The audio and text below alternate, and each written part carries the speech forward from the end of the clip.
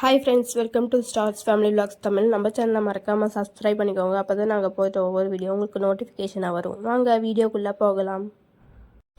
இன்றைக்கி நம்ம முருங்கைக்காயை வச்சு ஒரு சூப்பரான டிஷ் செய்ய போகிறோம். என்னென்னு பார்த்தீங்கன்னா முருங்கைக்காய் ஃப்ரை. நம்ம 4 முருங்கைக்காய் எடுத்துருக்கோம். நல்லா வாஷ் பண்ணிவிட்டு கட் பண்ண ஸ்டார்ட் பண்ணிக்கலாம் வாங்க.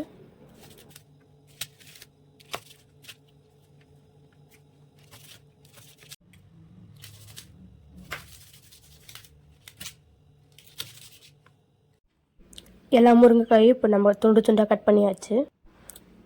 சின்னதாக 2 தக்காளி, ஒரு பெரிய வெங்காயம் எடுத்துருக்கோம். அதை நம்ம துண்டு துண்டாக கட் பண்ணி ரெடி பண்ணி வச்சுக்கலாம். கடாயில் தேவையான அளவு ஆயில் ஊற்றிக்கலாம். 1/2 ஸ்பூன் கடுகு போட்டுக்கலாம். 1 கொத்து அளவுக்கு கருவேப்பிலை சேர்த்துக்கலாம். நம்ம பொடியாக கட் பண்ணி வச்சுருக்கிற தக்காளியும் வெங்காயம் நம்ம இப்போ சேர்த்துக்கலாம்.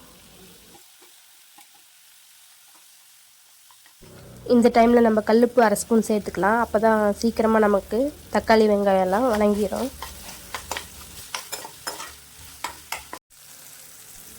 நல்லா வதங்கிடுச்சு. இப்போ நம்ம துண்டு துண்டாக கட் பண்ணி வச்சுருக்கிற முருங்கைக்காயை இதில் நம்ம சேர்த்துக்கலாம்.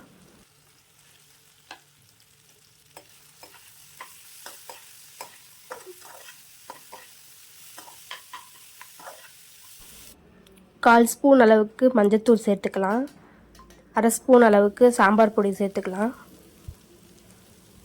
2 நிமிஷத்துக்கு நம்ம நல்லா வதக்கிட்டு 5 நிமிஷம் நல்லா வதங்க விட்டுடலாம்.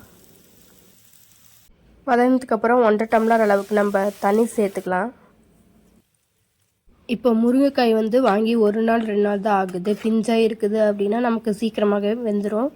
சப்போஸ் வாங்கி 3 நாள் 4 நாள் ஆகுது, கொஞ்சம் முத்தலாக இருக்குது அப்படின்னா அதுக்கேற்ற மாதிரி வேகிற டைமிங் அதிகமாக இருக்கும். அதுக்கேற்ற மாதிரி தண்ணியும் அதிகமாக தேவைப்படும். 10 நிமிஷம் கழித்து வெந்துருச்சான்னு செக் பண்ணி பார்த்துட்டு வேகலை அப்படின்னா 1 டம்ளர் அளவுக்கு மறுபடியும் தண்ணி சேர்த்துக்கலாம். நம்ம இன்னும் 10 நிமிஷம் நம்ம நல்லா இதை வேக விட்டுடலாம். முருங்கைக்காய் நல்லா வெந்துருச்சு. அப்படியே எசன்ஸோடு பார்க்கவே நல்லாயிருக்கு முருங்கைக்காய். இந்த ஸ்டேஜில் நம்ம முருங்கைக்காவை அடுப்பு ஆஃப் பண்ணிட்டு இறக்கிக்கலாம்.